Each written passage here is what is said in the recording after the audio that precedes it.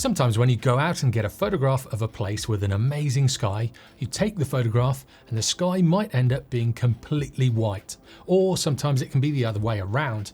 The sky will be perfect, but then the ground becomes really dark and you pretty much can't see what is actually on that ground. Then when you get it into your editing app, it starts to look awful when you try and recover those darker parts or that bright sky, and the photograph just starts to fall apart.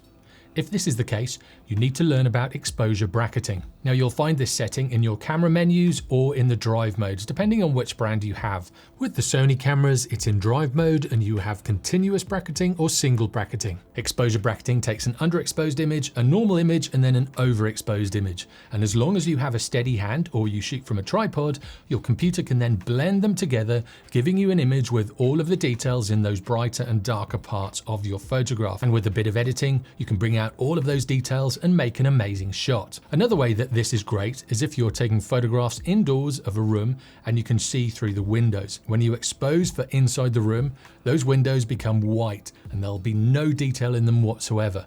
Or if you were to expose for that window light, the room inside would be really dark. By bracketing your exposures, you can blend these together again to get a much better photograph, so you can see indoors and you can see outside the window. So if you've taken a shot of a sunset and that sky is completely white, or if you want to take real estate photographs, but the windows keep looking again completely white and there's no detail in them whatsoever, this is when you need to look at and you need to kind of use exposure bracketing.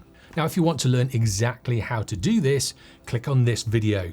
In it, I show you exactly what exposure bracketing is. And if you want to binge watch some of my tutorials, click down here. And if you haven't already, be sure to subscribe for weekly tutorials all about photography. I'll see you next time.